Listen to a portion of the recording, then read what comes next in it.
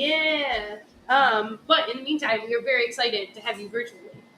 Thank you. Well, thanks so much again. Yeah. We were chatting about this a little bit earlier, but we're like, we just know that whomever wrote a book like this is clearly going to be like the most bubbly, smiley, wonderful person. Because that's how that works, right? It's like the Junji Ito of it all. Like you have to be precious and wonderful. So I am very excited to learn more about you and your journey into comics. Yeah, absolutely. So, it's true. I am very bubbly. I'm like a terminal optimist. But so I started cartooning. I guess in undergrad, I went to the School of the Art Institute of Chicago, and I started doing animation and realized it was really hard and I didn't like it. And so I took this amazing class that was like a comics and textiles and like narrative screen printing and fibers work, and it blew my mind, and I kind of started doing comics and never looked back. So I've been self-publishing for a really long time, since about 2006, and then I went to grad school at the Center for Cartoon Studies to continue my exploration into comics, and then left school and immediately started teaching at my undergrad. And so I've been teaching comics at SAIC ever since then. But doing a lot of collaborative work, a lot of self published stuff. I'm a huge like fan or dork, I guess, of like a physical, unique object and kind of like a experimental structure. So some of my work has like intricate folding or cutting, some like interactive ways that you're reading it, parts that move. And then also, of course, this was Tender was kind of bubbling under the surface for the last 5 years or so. And then I started working on that, and yeah, here it is. Yeah, and it is something. Mhm. It is. This is amazing. So I think from when you got in the waiting room to now, it took us I don't know what 15, 20 minutes to like get everyone, this group of very lovely adults, to like settle down enough to talk to you because everyone has a million fantastic opinions and questions that I'm really excited Oh, about. But yeah. let's just start by talking a little bit about Tender. Where did the idea for this come from? Like, tell us more about Carol Ann. I mean, what's not to tell about Carol Ann? Let's see. I would say, where did this idea come from? So, um, was working on a really long form. Oh, where did you all go? Is it just We are me still now? here. We just made Okay. you. Yeah. Okay, I was like, now I'm enormous. That's totally fine. So sorry, I got scared by my own face. So I was working on a long form project with my collaborator Kyle O'Connell called Half Asleep, and it's like a YA sci-fi coming of age story. And in between working on that larger one, I was making these like little mini comics just kind of in my own time, to give away to students for free. They're not something that's on my table when I do a convention, kind of privately working on them. And some of the initial ideas and images, now in hindsight, I can pinpoint and see a lot of them. At the time, I was like, why am I making this weird, spooky shit with like bugs climbing out of women and stuff? And I thought, that's what everybody does. So I just kind of went with it and kept making them. Then around 2018 is when we finished Half Asleep, which ended up being like just shy of 400 pages and like 5 years of work. Um, and so I was like, okay, time for a solo project. I can feel it bubbling. It's something with horror. I don't know what. And then I also like I knew that it was going to be horror, and because these minis just kept like coming out of me, and then the other thing I knew is I wanted a female protagonist. And that was really like the first sort of seeds that were planted about it. I've been like collecting images of like weird or spooky things I see, and just started like I also shifted to digital around that time. And so I was trying to like teach myself how to use my iPad, how to use my Apple Pencil, how to like use these programs. So I was just taking lots of photo reference and then recreating them and like experimenting with textures and brushes and color work, and kind of like having fun. And then I had this great opportunity. So I mentioned I teach, and one of the I teach is like the most simplified version of what I actually do, but since I'm an adjunct, I've also worked in all these different areas of our school, including like weird administrative positions, or like staff positions. And one of them was I got invited to chaperone like a study trip, like multiple times, different study trips, to be basically like the grown up if something happens so that the faculty don't have to worry about it. So, like, if it was terrible, I would be sitting in the hospital with a student who is like, I'm barfing and I don't know what to do because I don't speak Italian. And like neither do I, but I'm not barfing, so like that's fine. But I chaperoned a really, really good trip with a bunch of older students who were extremely well behaved and not barfing.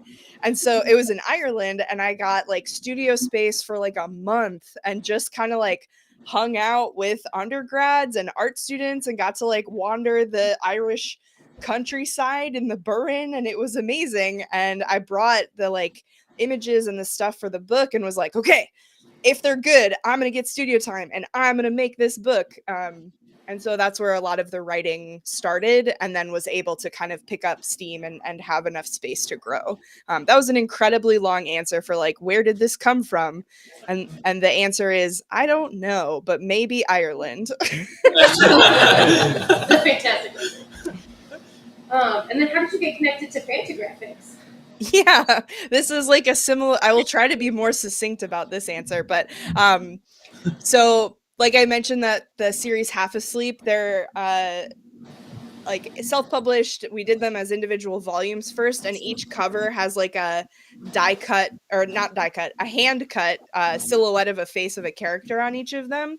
And I was tabling at Emerald City Comic Con in, I want to say like 2014. And like, because I went to comic book school, like I try to keep track of like who I know and like people I might meet or whatever. And so Gary Groth was like walking past and stopped at my table and was like, wow, those covers are beautiful. And I was like, thank you.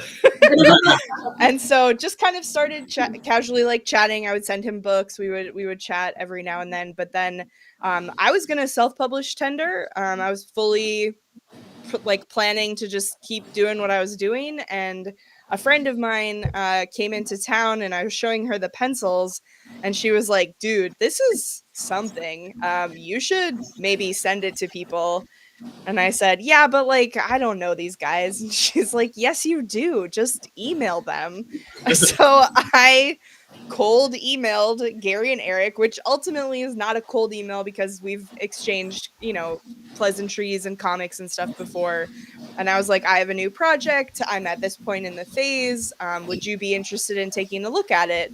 And they both were like, yeah, that sounds cool, but we want to see finished pages. So when you have some of those, however long it takes, just send them off. And I was like, okay. So I sent them various samples at different phases, and then eventually kind of had to push for like a solid answer around like the halfway inked point. And then they sent me an offer and kind of etc. since then. That's awesome. We were so excited and impressed. We got to chat with the Fantagraphics team at the American Booksellers Association conference, and Tender was like the featured book, which was amazing, right? Because this is not we're like the only comic book store there, and so they're doing such a great job pitching to all these people who probably carry a lot of like adult fiction prose. Yeah, They're, yeah. like, they're like, do you like really creepy books? Like, do you have customers who like horror? And then seeing a lot of really lovely like older white ladies pick up the book and be like, oh, like, you really meant horror. So it was awesome. We just hung out at the table for like an hour, just like chatting with them and just sort of giggling at all the nice elderly Aw. ladies who were like completely taken aback by your book and just sort of like politely were like, okay, like Wow. that's really cool. Yeah. Yeah, sometimes, especially because like I've made work that's really like all ages appropriate before. Like I'm really fun. I'm like super high energy, like very bubbly. I think some of my like folks who know my work but maybe don't necessarily like know or hang out with me in person very much are like, whoa, where did that come from? And I'm like, it's always in there, man. Like, I don't know what to tell you. It's lurking beneath. All right. Oh God, let's Yeah, we don't take it. Can I ask you guys a question first, actually? Yes, of course. Okay, what other books are you reading right now or this year or what's next? I may take a break from reading after this. No! You broke the wedge a little bit. Yeah, you broke my entire world. Oh, I'm so sorry. No, it's like in the. I was gonna say it's like, first off, thank you for writing this. Secondly, how dare you write this?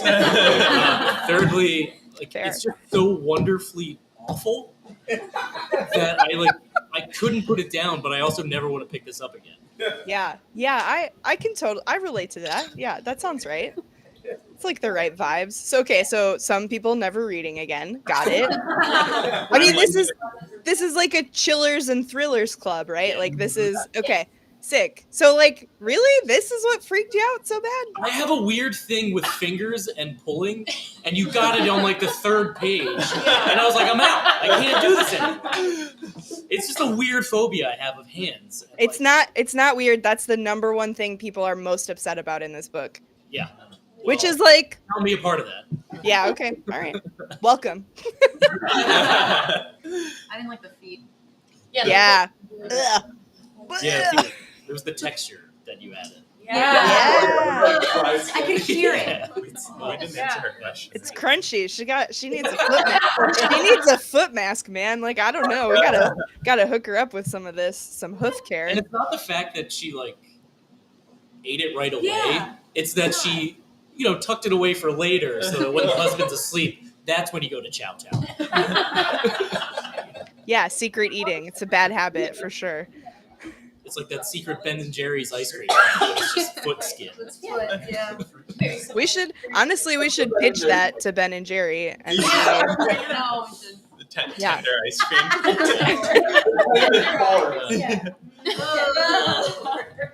Foot keys and cream. That's a rather tasteless joke.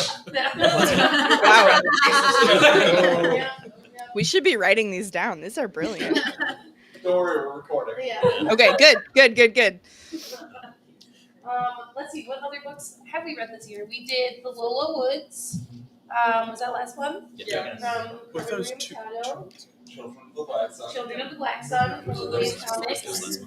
What about the night one? Emily Carroll, is that her name? Oh, yes. Oh, Guest in the Guest in the House House, from that's Emily nice. Carroll. We did Know Your Dirkle. Station. Yeah, Dirkle. We did Know Your Station, yeah. Okay. From, Liana. yeah, Liana And Doc Sarah Gailey. and Sarah Daly from Boom. Yep. We did, the Antarctica, Tara. Oh yeah, Tara. Sarah Yeah. That was from Alien Books. We Oh, did- okay. Mm-hmm. we call it, it's a Dracula manga retelling. We call it hashtag Dirkle because it's like hashtag DRCL. Yeah, so we've done, this is our first, I think, real body horror books. So we have done a mix of like, a lot of like supernatural horror. We've done some, a few sci-fi horror pieces. Some moving dolls. We also Oh. did, the anthology. We did do the analogy. Shades of Fear. Okay. Mhm. Yeah, Oh, anthology. This is fine. Yes. Everything is fine. Everything. Why can't I remember? Yeah, Yeah, every Night Eaters. Night of Night the Eaters. Night of the Night Ghouls. Grim. Grimm, Oh, yeah, Grimm, Night Stephanie Eaters. Phillips, Oh, we did do Starlight. Stuff of Nightmares. Yeah. Stuff of Oh, yeah. Nightmares from R.L. Stein. Yeah. Yeah, we did Dark Yeah. Ride from Joshua Williamson. Wow. Was Night of the Ghouls? Night of the Ghouls Yes. from Yeah. Scott Yeah. Snyder. Cool. Yeah. We've had quite a hodgepodge. Yeah, I love it. Very cool. Thank you. That was What? my burning question. What inspired the transitions with like it's kind of a lot of scattered thoughts. Some of them are like kind of pretty. Some of them are mostly like horrifying. Now, of course, I can't find the page of like. Like the nightmares? Yeah, they're like the nightmares. yeah, they're Yeah. like nightmares. Yeah. Oh, the dreams. Yeah. Mm-hmm. Yeah, those what inspired them? Is that what the question was? Yeah, or like I guess Why? what was the I didn't it was like a really interesting transition in the story, but I didn't always necessarily piece together what it meant for the character per se, other than maybe she's got a lot that she's thinking about, but I didn't know if it was just like kind of like metaphorical for like things are broken or things are like covered or what, if it's just like her bad thoughts or if there was like something more you were going for. I was endlessly fascinated by this. I'm like gonna force all my friends to read this too. Like Awesome. I can't wait. Yeah. I'm gonna run out of friends real soon. I get to keep all of these and no one else. That's a good question. So to me, those are dream sequences rather than transitionary pages. But one of the things that I love about comics is that it has the ability to play with the simultaneity of the page, in addition to like the way in which we view other media, is that oftentimes it's kind of like a one like image at a time, like especially if we're looking at film or we're looking at like thinking about prose, we're really kind of being given one image at a time that we're working through. And then I really love that on the page, you can kind of choose how you navigate some of those pages because of the way that I've broken up the panels. Like some of them have multiple panels with one image. Some of them have like kind of a linear sequence, but not in like panel read order. So for example, I mean, I have my copy. I'll just open it to the first one. The first dream sequence. And all of the dream sequences also have kind of like a different sort of messaging or a different kind of idea that I was playing around with. So in particular, in the first dream sequence, Don't show me it. sorry, you have it in front of you, I guess.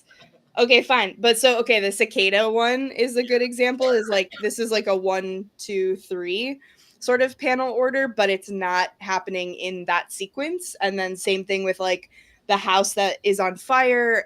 You see kind of like ruin or like a new growth on a house. You see a different demolished house, and they're different buildings. But my hope is that you kind of take away this idea of like something lurking inside, especially in this first one where we get the circle imagery that repeats in her eye and then repeats kind of like over her belly or womb, and sort of like hinting at something that's living deep inside. It's the same reason that like the cicada is emerging from its own shell, like again something being revealed, something being unmasked or shown, because I really wanted to emphasize that this first dream sequence should give you like a flavor for the rest of what to expect.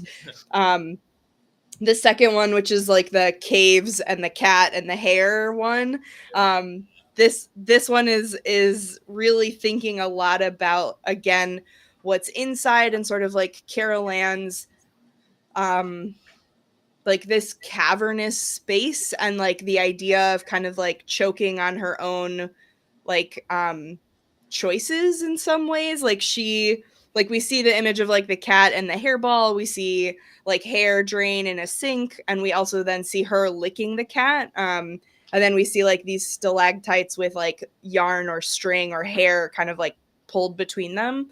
And I really wanted to capture the sense of like gagging or choking, and try to explore that in a couple of different ways.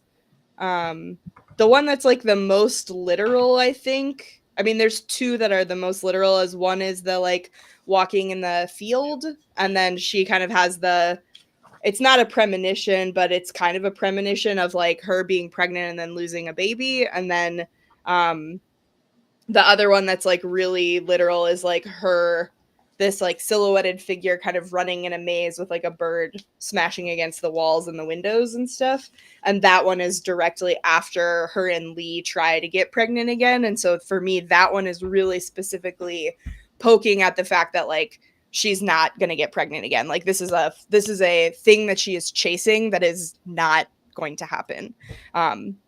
Yeah, so they all have kind of like different meanings, but sometimes when I was writing them or building them, I'm like playing a little game with myself.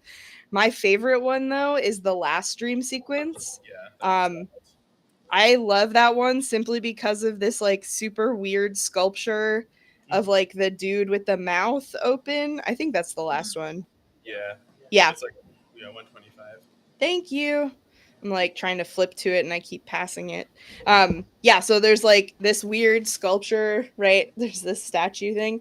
So this this is a real object that I found in the woods in Ireland and I was like, fuck no. but also my very first thought, like the very first thing that I thought when I saw it is I want to put my hand in there. Yeah. And like I didn't because like we also were there and they were like talking about like magic and like fays and shit in Ireland and like don't cross there are all these rules about like fairies and stuff and like don't mess with that stuff. And I was like really freaked out that I found this weird like sculpture thing and I was like I want to put my hand in it and I was like no, gotta go. I need to leave. We're done now. So anyway, that didn't really answer your question, but maybe it made you more interested in them. That was great. Thank you. That was awesome. Okay. And that's this one in the corner of the hand, like not quite going in it. Yeah. Need to go in it. Yeah, and it's like an echo of the gesture of her pulling the thread out of her throat from an earlier one. I think, I'm really trying to play with visual rhyming and simultaneity on the page and trying to kind of like pack those dream sequences full of imagery that I hope will cause you to play a little bit of like, what does this mean? Where is this showing up? Like we see some of these as repeated images. We see like, just like the way in which her interior is a lot more going on than what her like blank kind of face is. And I wanted to emphasize some of that calculating.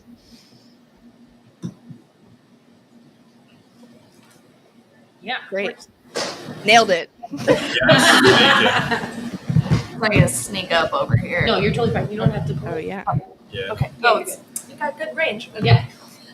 So I'm gonna fangirl out a little bit. I love Okay. this. I'm also for the past decade I illustrate for heavy metal bands, so I also illustrate like the things I've been paid to draw. Sometimes it's a little questionable, but I absolutely thank you for writing this. For one.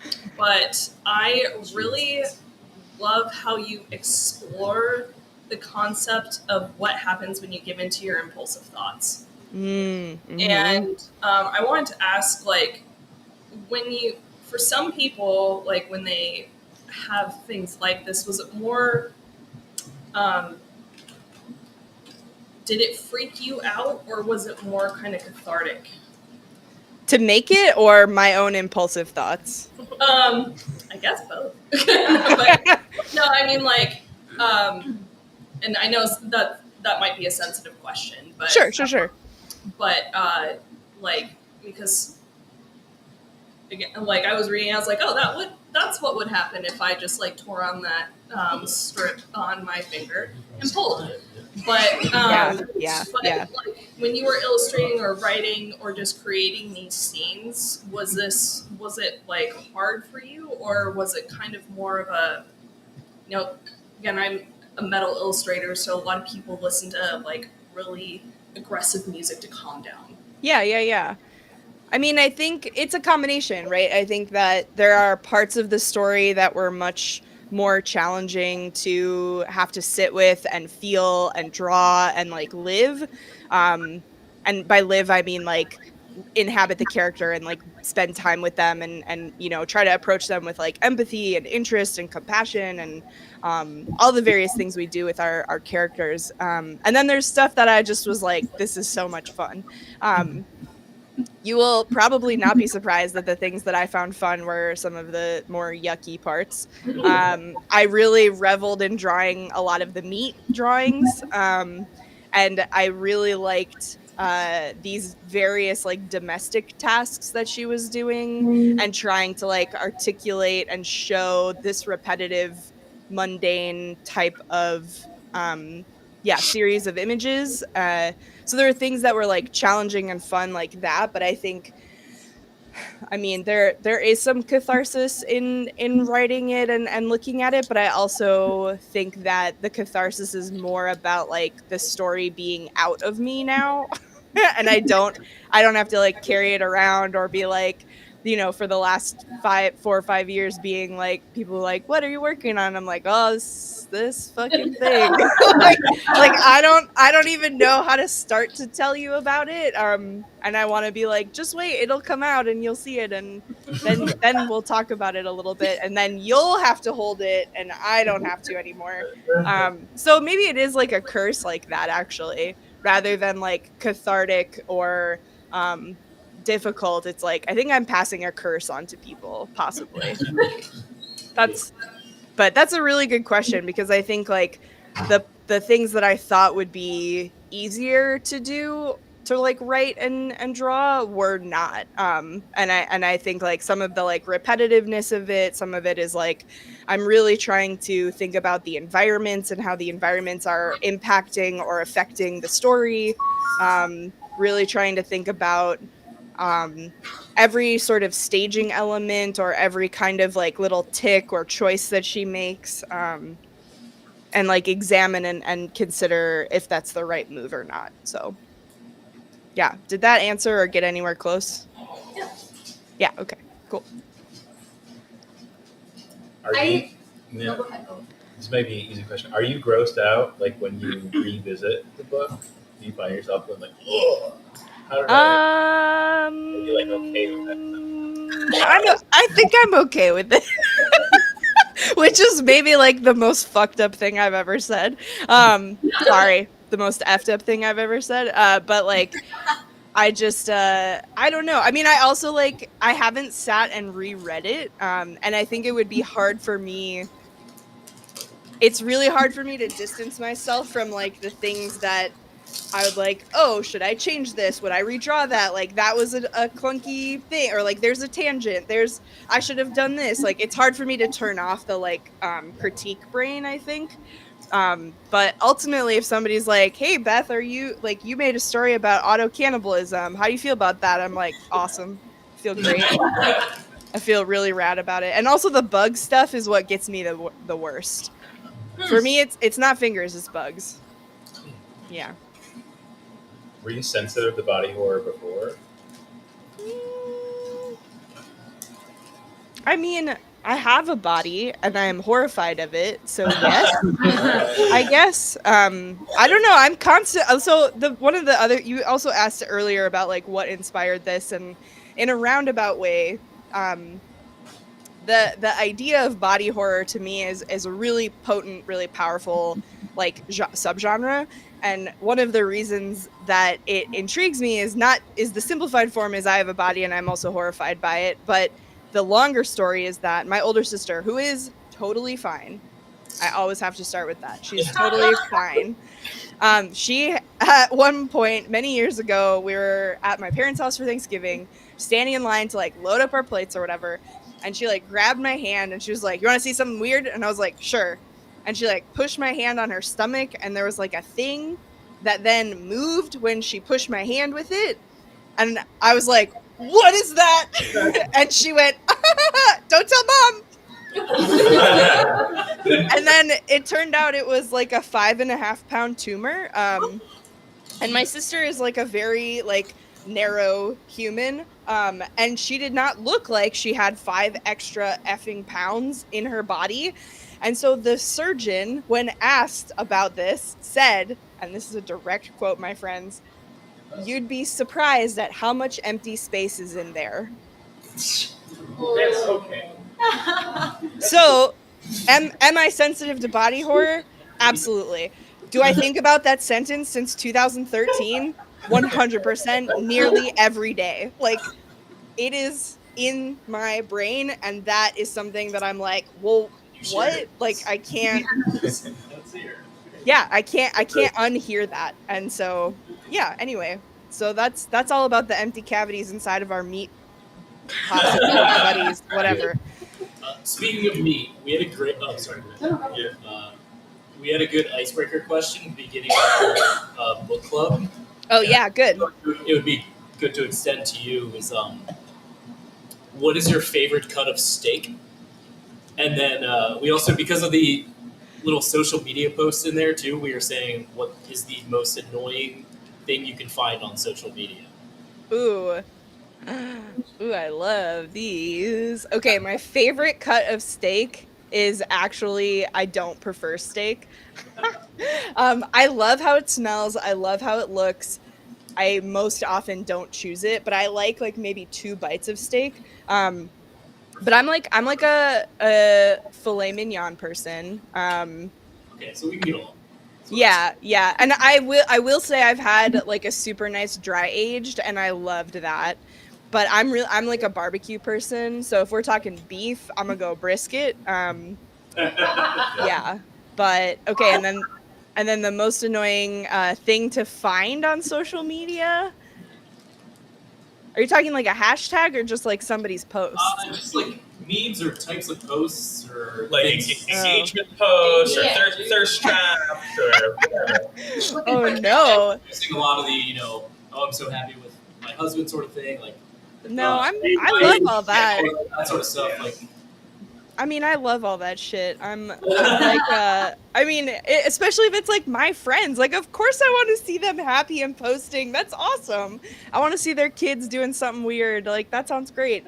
I love a pet post, a food post. I love that. I think for me, my least favorite internet thing is like Looney Tunes memes, maybe. like a classic, and I'm so sorry if this offends anybody, but like classic boomer meme, like no thanks. that was brought up earlier. Yeah. Like Yeah. a minion and a quote. Oh yeah. Yes, yeah, for Bam Fams, yeah. Yeah. Good. Yes, exactly. That exact intersection is what I like the least. Anything on Facebook or anything that's like a fake, like I thought it was a person and I click on it and it's an ad and I'm like, "Gah, you got me." I hate that. I think somebody was trying to ask a question in the back, maybe. Yeah, it wasn't a Yeah. question. It was more just a comment on how I really liked how we saw sort of the escalating compulsions. Like I started it knowing, like going into it knowing it was going to be a body horror, but when she starts cutting the pictures out that she's printed from Instagram, I was like, oh, we're like we're going, like, we're doing it.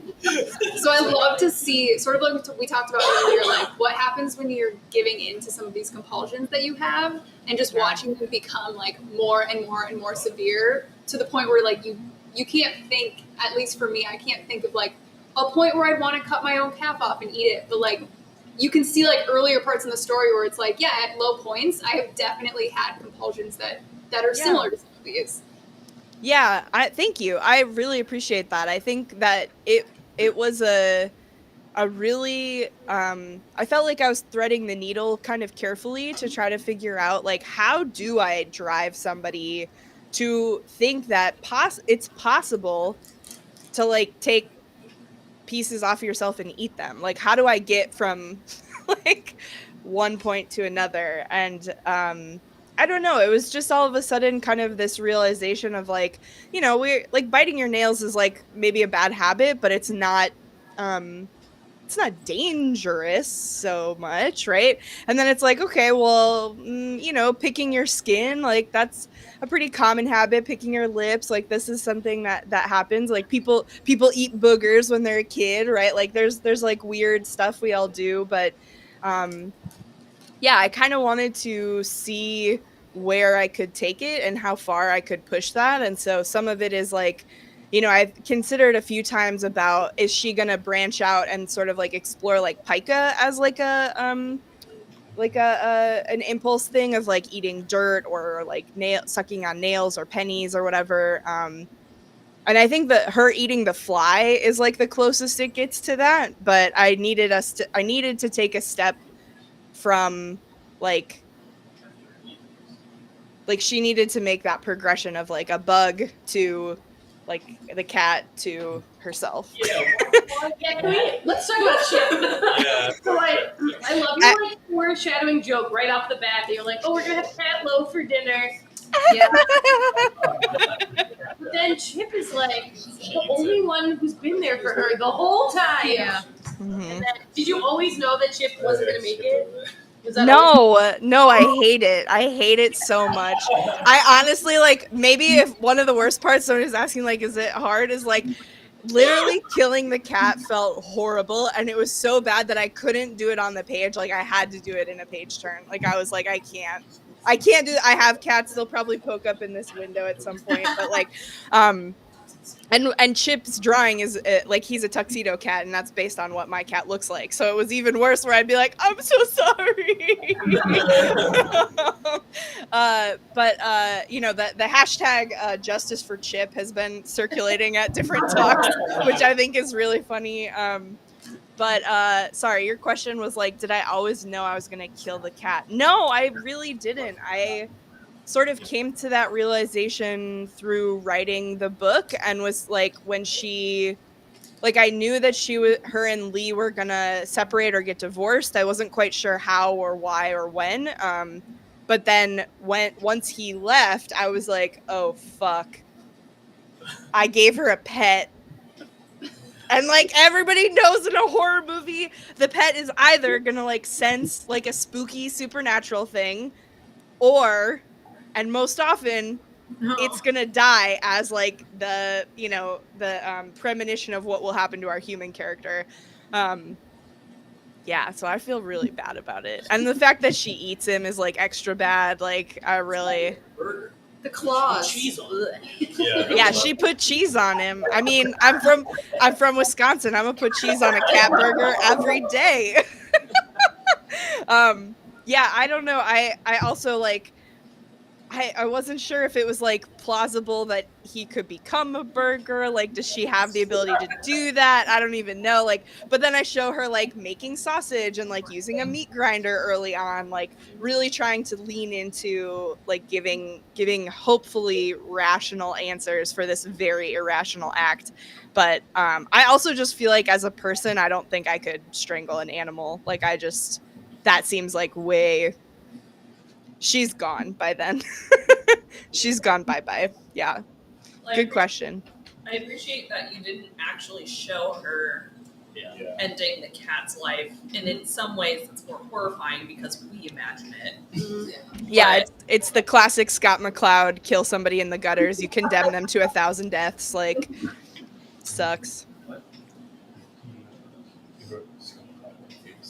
Was that a what? Should I elaborate that? Yeah, just need some context. Don't worry about it. Okay. I was like, because the other one's even more lewd. Am I allowed to, I don't know where this live stream goes. Okay, cool. We're all grown-ups. Great. The other one is, if you have sex in the gutter, it's the best sex of your life. Because everybody imagines a different... Anyway. Oh, yeah. Yeah. Yeah. Good reaction. Tells me a lot about your sex life. TJ thinks so. I have a question about the end, because like the very, very end with like the quote unquote baby, right? She can't get pregnant. Yeah. All of her pregnancy tests are negative. Yeah. And like her belly's expanding. There's like a light shining on it. It's like burbling, and I mean, it's not a baby, and I don't know if we're supposed to know what it is. If it's just a reaction to how she's been eating, living. I know that there like some instances where people can think they're pregnant and they can even like test positive on pregnancy tests, but like aren't, and it's like other stuff. And I wasn't sure if it was supposed to be like a glimpse into supernatural, if it was just supposed to be open-ended, if there was something that you were thinking of when you were doing that. Yeah. To me, you nailed it kind of in the first breath of like, yeah, she's been malnourished by eating herself and not really anything else. And then she also is having a hysterical pregnancy in that her body is manifesting signs of pregnancy, despite the fact that the tests are all negative. The doctor says it's negative. The doctor's concerned that she hasn't menstruated in a while. Like, this is her, like, the power of her own willpower to like force this thing in as many ways as she possibly can. So like, yeah, the distended belly is her like malnourishment and like hysterical pregnancy. And to me, the glowing of it is like her, like I think about the ending as like a transcendence. in that she is now the most perfect version of what she wanted to be. Like we see that in the balloon reflection. We see that in like her posting the baby shower. Like this is like she's done it. She's as happy as she's ever gonna be. I wanted that like glowing to be kind of like her reaction, and then like all of the other extreme colors to be kind of like us being just horrified that this is who she is. So yeah. Thank you. Yeah, of course. I have a question about the face in the window on page 14. The woman in the window. Yes. You're the second person who's not one of my early readers, or the second group of people. I'll count you all as one. Who's not one of my early readers to like ask about the woman in the window.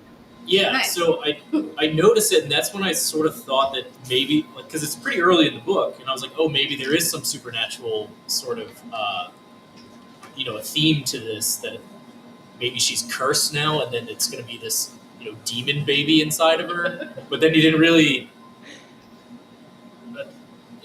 nothing was elaborated on with it. So I was curious on like, maybe it's just her in the future, and she's just kind of looking back on the past life that she just lived, or I'm just completely off.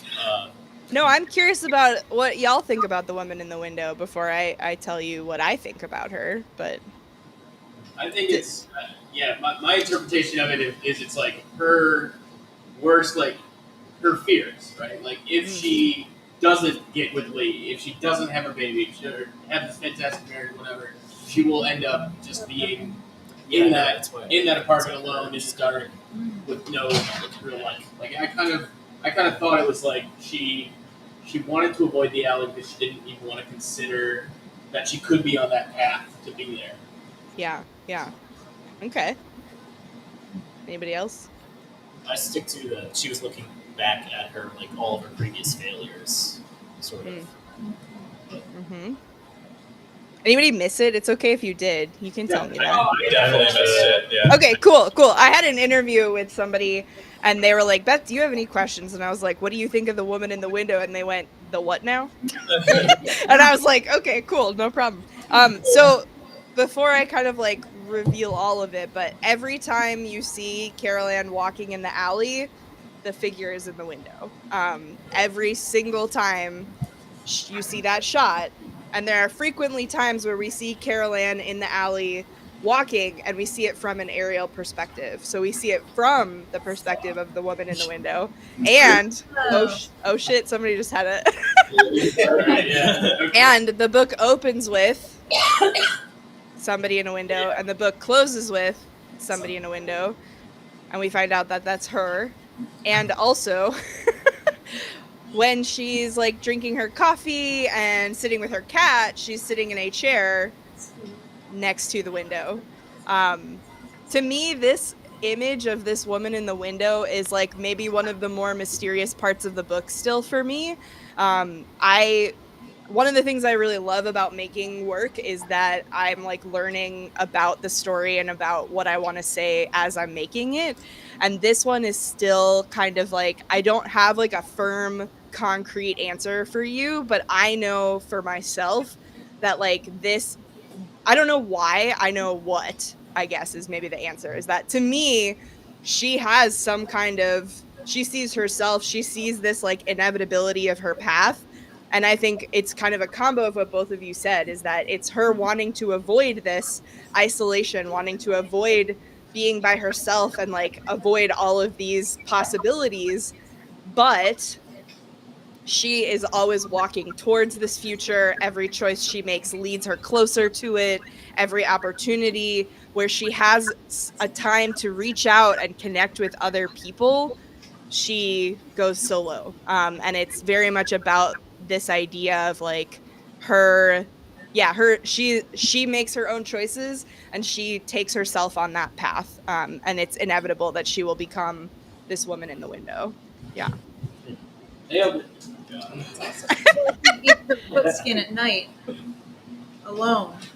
Yep. Look, we all have a snack at night alone, right? For me, it's like shredded cheese, right? I'm in the fridge. Shredded.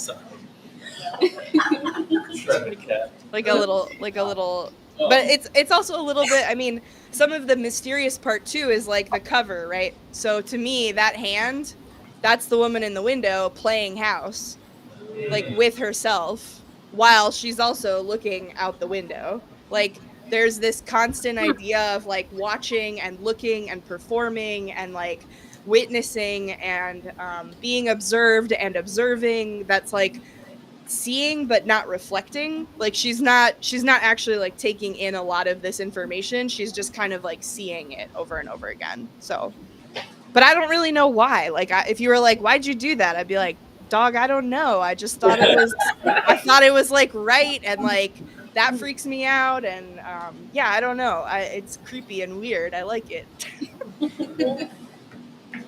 But I do have people frequently ask if it's a curse, if it's a witch, because she like burns the scrapbook. Like they're like, it's a witch story. I'm like, that's just because it's a woman. What the fuck? If it was a dude, you wouldn't say that. Come on. But she also, sorry, there's one other witchy thing, is in one of the dream sequences, there's like this random triangle, right? Yeah.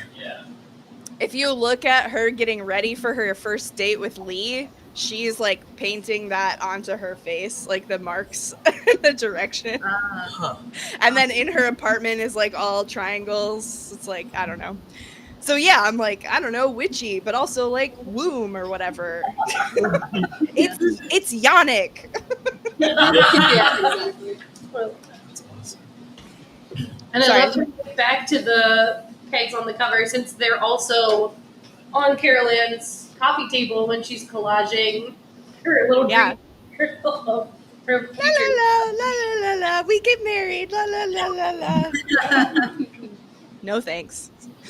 Pass. Why do you Sorry. think none of her friends noticed she was looking terrible? Why? Yeah, it's because she was like pulling away from them anyway. Yeah, she didn't really see them very much, and like I mean, I think that if you were like grilling me about like, Beth, what year and how long and whatever, like I don't really have a great answer for that, aside from, you know, sometimes you are trying to make plans with friends for a while and then it just takes a minute to actually see each other, and somebody's got a new haircut, and or they're rocking a different vibe and you're like, what? Or yeah, I don't know, or somebody's pregnant and suddenly like, wow, there's a baby in there, like what? I don't know, does that happen to anybody else, or is it just I'm just oblivious to all my friends? And I draw a lot, I don't know what to tell you. I think that's a lot of the social media part of like society, is that we all have to have this idealistic version of ourselves, and like a lot of people want to share that like center of self with their friends, but they all have a center of self, if that makes sense. Yeah. Also, how do you approach your friend and you're like, hey, you look like absolute hell? I mean, they comment on her hands, and when they see her at the baby shower, they're like, are you okay? Have you been sleeping? Like, what's going on? It's like, what are you going to say to somebody? Like, wow, you look malnourished, and also, are you dying? Like, what's happening? Also, you're pretending your first baby didn't exist, but rather than help unpack that with you, we're just gonna smile and nod and walk away. We don't talk about that. That's the thing. That's not appropriate to talk about. Yeah, I mean, the friend group is like both my favorite and least favorite. Like, I love them so much, but also I'm like, good Lord, shut up. Like one, I think Madison speaks in like exclusively TV references like through the whole book. So she's like, you're the Jim and Pam of our office. Like, so like really excited about that. And there's like Taylor does like a Gilmore Girls reference. There's a Sex and the City reference, obviously. And then, but like they're not bad people. They're just kind of, they're not equipped. Like, they're also subjected to the same kind of pressures and like life and universe that Carol Ann is. They're just handling it differently. Like, could they reach out? Sure. Did they? No. Like, they tried. They're trying to, like, get together. They're, like, offering help. Like, one of the friends is more skeptical. One of them is kind of like, I don't know. I trust her. Like, yeah, I don't know. They're just, they're not equipped. They're not equipped. Clearly beckoned by this conversation, the largest fly I've ever seen in my life just flew into my drink. Drowning. Oh, welcome.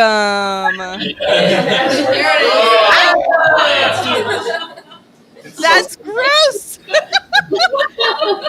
Wow.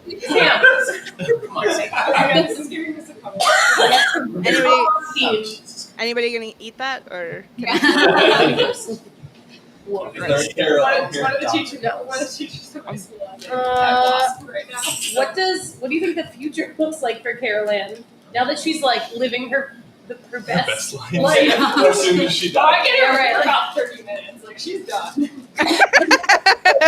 leg, right? Like that leg's looking a little carved, but she's got another one. fucking leg. Yeah. It's right. Yeah, her career in stand-up comedy is over. I would say. I don't know. I mean, I kind of think about, I'm not particularly interested in like what happens next with her, because I feel like that's up to however somebody wants to like read her story, if they want it as like, I don't know. I don't think it's like hashtag girl boss like energy, but like I also hear, you know, she is an empathetic and sympathetic character, and so I think a lot of people want to know or want to have closure with her. They want to like think that maybe she gets help or whatever, but I personally don't know that happens. I think that I don't know, she's gone, man. Like she's like really she's done it, and she's ascended, and she's there. Yeah. That's maybe not a satisfying answer. Sorry. No, it's perfect. Sometimes it just means you're happy with how it ended. Yeah, I am. I did, when I was working on the book, or when I finished it and turned in my pages though, I did have a lot of like surprising like sadness of, oh, I'm done. And so I kept trying to like wanting to make mini comics to like continue the story or show parts that I didn't show.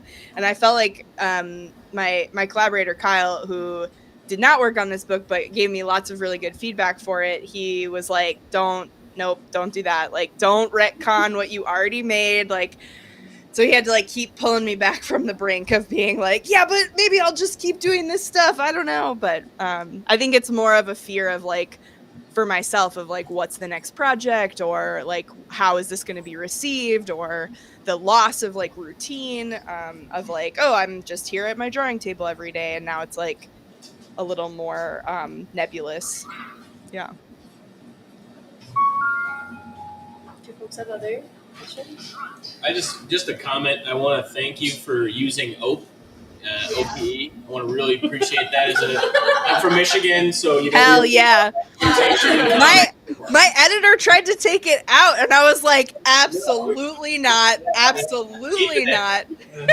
I was like, he was like, I don't know what this is. Is this a spelling error? And I was like, no. And I sent him like 5 Instagram reels to be like, this is what OPE means. But yeah, I'm from Wisconsin originally. I live in Chicago, so OPE is absolutely a huge part of my lexicon, as well as like saying sorry about everything. Yeah. What's up? This is very much in line with that, but one of the worst parts of the book for me was actually when she's making sausage, because also as somebody from the Midwest, we made sausage. My family was like convinced if we're gonna eat it, we have to know like how it dies and how it's made, and like. It like the feeling, like I can still feel like what it's like to make the sausage, and that was probably the most visceral point for me in the book. You're like, and that's why now I'm a vegetarian. Yeah, I don't eat meat. Oh no! Yeah, I've also made my own sausage, and I don't particularly like the texture of that, but Man, I love a sausage. It's delicious. It's funny. Bye, thank you. Oh, sorry, I didn't mean. Well, yeah. No, it's cool. Bye. Bye. Yeah, whatever. Bye. Who is that? No, I'm just kidding. That part originally was like, because I hadn't made sausage for a while, but I like have make meatballs pretty regularly, or used to, and so it was initially her making meatballs and then like licking her fingers after like rolling them all, and I was like, this doesn't really read right, I don't know, and then I was like, ooh, sausage. That's right. Yeah. How are you planning on following this up? Oh, what a nightmare question. You want to know real? Here. Where am I going here? Straight to hell. No. I think, that's a good question. So I have a lot of other projects that are with my collaborator that are kind of on the back burner while I let some of the heat on this sort of dissipate a little bit. I mean, I've had some ideas of other things, but they're very, very little teeny tiny baby bird ideas. And so they don't feel safe out of the nest yet. But one of the things that I'm working on right now, I guess, is it's a children's book. That's not, I know it's, y'all are like, no, keep her away from that. But it's like a light horror children's book.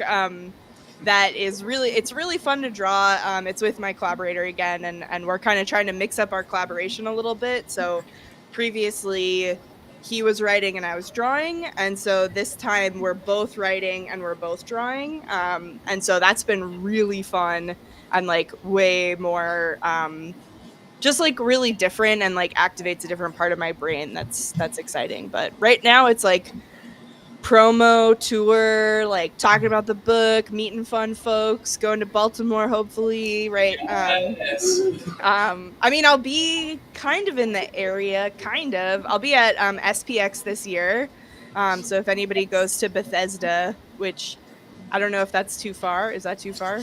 I mean, it's as close to us as it is anywhere else, but this is not like near anything. Yeah, I was like, one of the airport options is Baltimore, but yeah, so we definitely host SPX folks as they're coming through. So we can, depending on your schedule, we will make that happen. That would be sick. Yeah. So touring, lots of that kind of stuff. I also do like a performative reading of part of the book. That one of my friends who does like performance comics. What was that? I missed that. What the fuck is performative reading? She eats part of her leg. Honestly, you're only seeing the top half of me. So.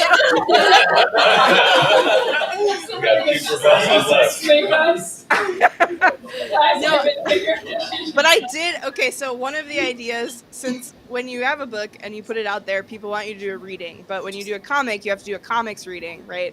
And I'm not super interested in just panels on a screen or like just reading the text off of that. So being in Chicago, I have the blessing of having been a part of something called Brain Frame, which back in the day is this performative comics reading series. And now the new iteration of that is called Zine Not Dead. And it's like full production value types of events. So you could have anything from live musicians scoring like readings. You could have full like costumes, characters, like play style acting where the images are just the environment that the characters are like actors are moving around with. I've seen ones where people do live drawing that's like gigantic where they're acting out part of the story. Anyway, my friend Carl Antonowitz, who is another CCS alumni, he did and has done these really amazing performances where he does like old school Foley work for his comics. So like he'll have like a bin of gravel with shoes, like for when the characters are walking, and has like microphones or like water pouring, or like he had in one of his stories, like somebody like loses an eye. So he has like a ripe tomato that he like So like stuff like that, and so he's also a noise musician, and he's like a amazing human. But so I asked him to compose audio for the dream sequences for 2 of them, and so I do like the first 30 pages or so of the book, and so it has the first dream sequence, and then it has the like gagging dream sequence. And so it's like it's super fun. There's like audio cues that I have lined up with it, but yeah, so I've done a lot of that kind of stuff, and like prep work for that has been kind of where my creative energy has been going right now. Yeah. Well, if you want to come do that on your way to or from SBX, we will Hell yeah. totally make that happen. Hell yeah. Sounds good. That would be rad. I'm sorry, I have to go. That's okay. Yeah. Thank you so much. This is incredible. Thank you. I'll read everything you write. Let me know if you lose any friends over this, okay? So far I haven't, but I do have some really squeamish ones who said that they're only reading the book 10 minutes at a time, only in the morning, and only on days when it's sunny out. And I was like, whatever you gotta do, pal, do you. So, Yeah. Twice. One of the some of us read this, but one of the gentlemen who just had to step out, we were asking like how many of us read it in one sitting because the pacing is brilliant, and he was saying he would read it until he screamed and then he would close the book and put it down. So I think he said it took him like six tries to read the whole book. He's like and then he'd pick it up the next day. So he'd read it and then he'd scream, slam it, put it down, and then pick it up the next day. So, I feel both so delighted and so bad. What a fun mix of emotions I have. Oh, great. These have been awesome questions, y'all. Thank you for such a close read on this. yeah, this is definitely I think one of our deepest dives. We are all grotesquely fascinated by this. Then maybe the question should be, what do you think I should do next? That's the end. Hands out. Just leave the hands out. Tender Feet feet, only. other cat. Yeah. Tenderer. I think the working title for the sequel has got to be like Meet Cute, but MEAT. Right.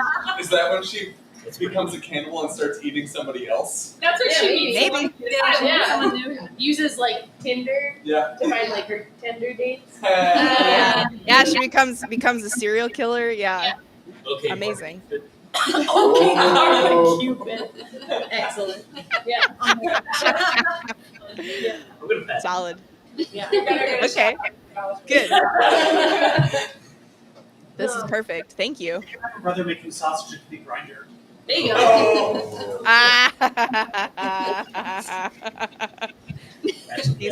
These are really good. Only feet. Yes, we're definitely looking forward to the children's book. Probably. I'm pretty sure that actually exists. What's that? Only feet. So So Oh, you your feet on your feet on. Yeah. I mean, so was Grinder. Well, yeah. As an aside to this conversation, I absolutely loved it, and I love seeing books. Honestly, women just like going crazier and crazier and crazier. Yeah. It's very comforting to me on like a very visceral level.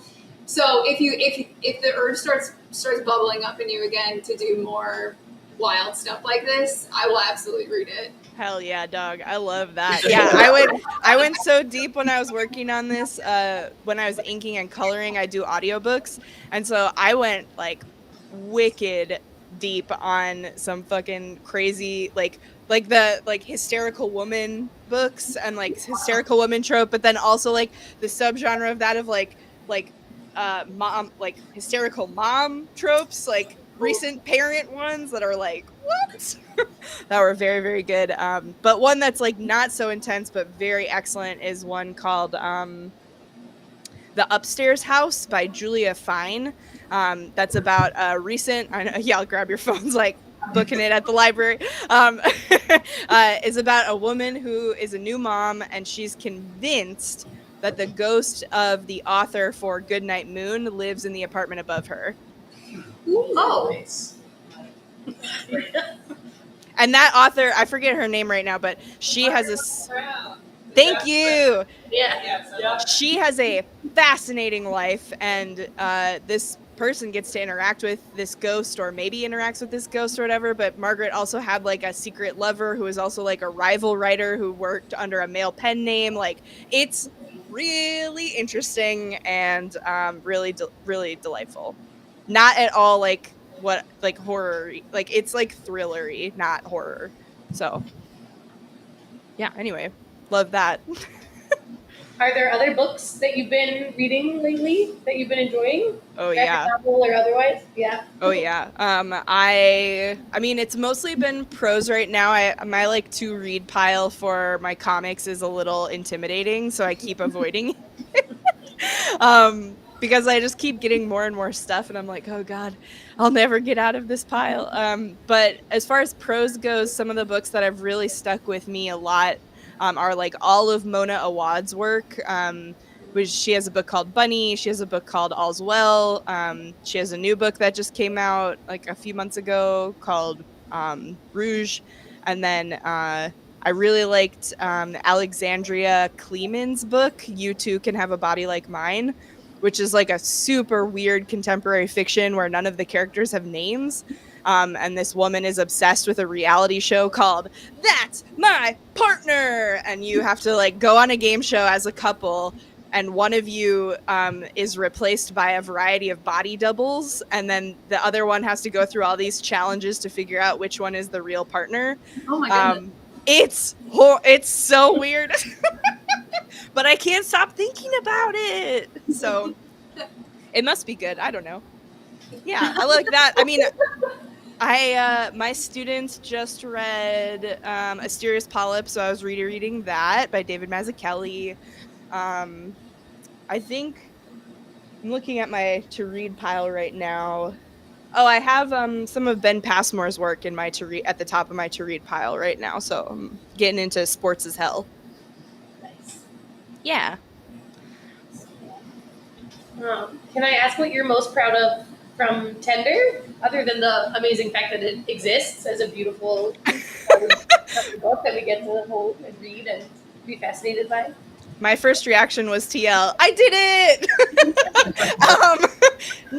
Most proud of. I mean, I'm really proud of the fact that it's entirely digital. I feel like I had not worked I know I had not worked digital at all before, and I'm really happy with how the textures turned out. I'm really happy that it doesn't have kind of that super sleek, like, digital look.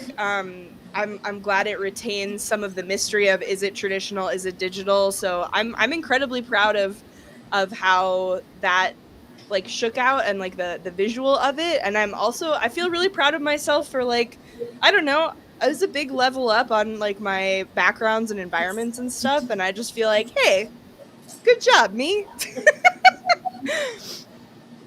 Yeah, good question. Any last questions for Beth?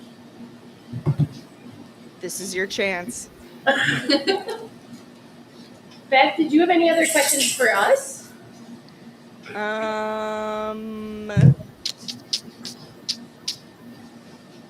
What do you have a favorite horror movie, and if so, what is it? All right, Logan. I mean, last. Like that. But you're the movie person. I know I'm a movie person, so that's not my question. The Exorcist is my favorite. The original? Yeah. Yeah. Do you watch any of the other ones? I haven't seen them. Not good. Don't do it. The most recent one was especially bad, but anyway. The third one is really bad in a funny way, but great. Good. Exorcist, classic. I just watched that new one, Late Night with the Devil. I haven't seen it yet. Yeah. Yeah? Like Cool. Nice. I just saw it pop up on some streaming whatever, and I was like, okay, it's happening. Yeah, I've heard really good things about it. My favorite body horror movie is May, for sure. Ooh, yes. Good pick. Mine is The Platform. It's like, it's in Spain. It's a jail where it's a vertical it's a vertical prison where everybody is fed for 2 minutes on each floor, and as you go down the floors, there's less food, and then Oh shit! It's like a prison. It's also a metaphor for Don Quixote. Cool. That sounds rad. Thank you. I've not seen that. Netflix. Hell yeah! Hell yeah! Anybody else? Secrets? What? Right? Did anyone else think May December had a horror vibe? Did anyone see that one? Yes. It It was like horror energy, but like cringe. Crazy. Yes. Yeah, I wish it was a horror. That would have been so great. It would have been better. Was Taylor Swift's Eras? Yes. I'm waiting for Steamboat, the Mickey Mouse horror. Oh yeah. That's gonna be really good. Yeah, did you see the Winnie the Pooh one? I think that was terrible. It was, but it was so good. So it's the good bad? Yeah, I love a good bad movie. Yeah. Oh yeah. I haven't seen it in years, but when I was younger, I was obsessed with The Cell. Oh yes. Ooh. Yeah. That was another thing that was like really fucked up, and I definitely should not have been allowed to watch when I was like, I don't know, late elementary school, early middle school, and also like could not stop watching. Yeah, to me, the reason she's named Carol Ann is for Poltergeist, which was the movie that scared me the most as a child. So naturally, I had to name her Carol Ann. I don't know if this counts as horror, but it honestly reminded me of your book, and I mentioned it earlier. It's Requiem for a Dream, where it's like, it's such a great movie It's horror. that you really want to watch again. Yeah, no, but also like I've definitely watched it more than once. But I love Aronofsky mostly, but like it's such a great film, but it is so upsetting and so disturbing. Yeah. Yeah, it's like you read a book similar to that. I don't. You must have me confused with something. I don't think so. I wrote a really fun book about a woman who has it all. Okay. That's how we should describe it from now on. I know. I should stop calling it. About a woman who has it all. Yeah, and keeps it all. Show herself. Keeps it all to herself. That's right. She has her cake and eats it. She really does. Which, by the way, I don't know if any of you stalked me on the internet, and I hope you do. Did you happen to see the images? Yeah. Did you see the images from the party? Yes. Speaking of having a cake and eating it too. Yeah. It was so good. I think I mentioned it to a few of you, but yeah, at one of the parties that Beth had for the book, there was a cake shaped like a human leg, a woman's leg, like cut off at the top, so it had like a cross section of like the meat of like the shank of the leg. Terrific. A+. They did such a good job. It was actual life, like a little bit larger than life size, so it was huge. And like, I was blown away, and I got rejected from 2 other bakeries when I asked for it. So I was really grateful that they did it, that Alliance Bakery in Chicago did it, and I was like, thank you for not thinking I'm a serial killer. And they were like, you should see what we make at Halloween. Like, did not faze her at all. Like, but it was red velvet with raspberry filling, obviously, so it was very tasty. Yeah. Amazing. All right. Does anybody have any questions for anyone else? I'm good. I got all mine answered. Amazing. Beth, thank you so much for writing this amazing book that we're clearly not going to stop thinking or talking about. And thank you so much for joining us and answering all of our morbid, dire questions about you and the book. We're so excited for anything and everything that comes next. Congratulations on this amazing project. And I hope the rest of the tour goes amazingly. And yeah, please do consider coming and visiting when you're out for SPX. We would love to have you. Yeah, I'm convinced. I'm gonna get it hooked up. I'm gonna shoot you an email. I'll work with Lauren. We'll figure it out because that sounds amazing. Yeah, we'd love to. Yeah. I don't need my real job. It's fine. No, I specifically set up my teaching schedule so that I would have flexibility around show weekends and stuff. So that's very, very likely. That sounds awesome. Thank you so much for letting me crash your book club. Thank you for reading my book and liking it and or being afraid of it. So, yeah. Amazing. Yeah. Those are good. Awesome. Thank you so much, Beth. Yeah. Thanks, guys. Have a good night. Thank you.